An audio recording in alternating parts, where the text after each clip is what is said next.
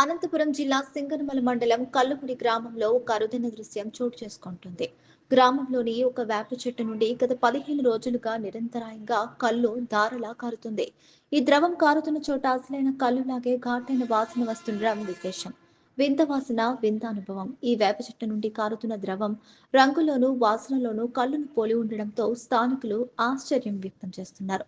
సాధారణంగా వేప చేదుగా ఉంటుంది, కానీ ఇలా కల్లు వాసనతో ద్రవం రావడం వింతగా ఉందని అక్కడికి వెళ్లి చూసిన వారు చెబుతున్నారు. ఈ వార్త తెలిసిన గ్రామస్తులు ఆ చెట్టు వద్దకు వెళ్లి ఈ వింతను ఆసక్తిగా తిలకిస్తున్నారు.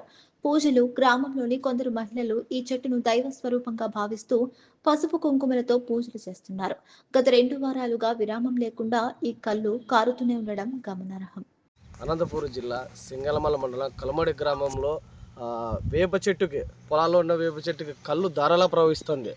ఈ కళ్ళు ధారలా కారడానికి ఈ గ్రామానికి అదృష్టమా లేక ఏమైనా శాపమా? ఎందుకంటే కాలజ్ఞానం ప్రకారం, బ్రహ్మగారు రాసిన కాలజ్ఞానం ప్రకారం చెట్టుకి ఈ వేప చెట్టుకి కళ్ళు కారుతుందని ఆయన చెప్పి కాలజ్ఞానంలో చెప్పి ఉన్నారు. కావున ఈ కలమడి గ్రామంలో ఈ వేప చెట్టుకి కళ్ళు కారుతుంది.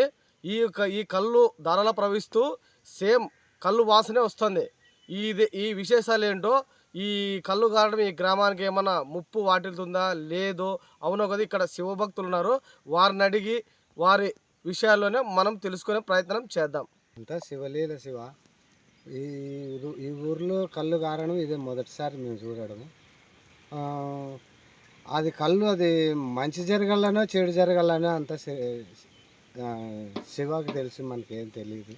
ఇది కారుతుంది, అందరూ ఊరికే చూస్తున్నాం, పోతున్నాం, మొక్కుంటున్నాం, ఇదైపోతుంది.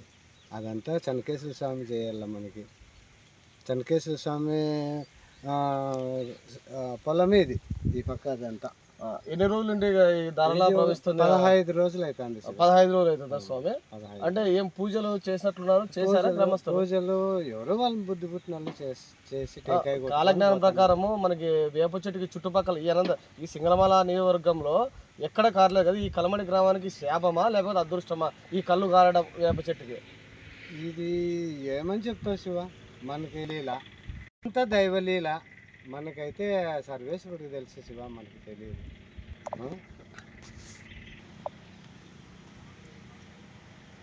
బాగానే వచ్చింది సార్ ఇది రాయట.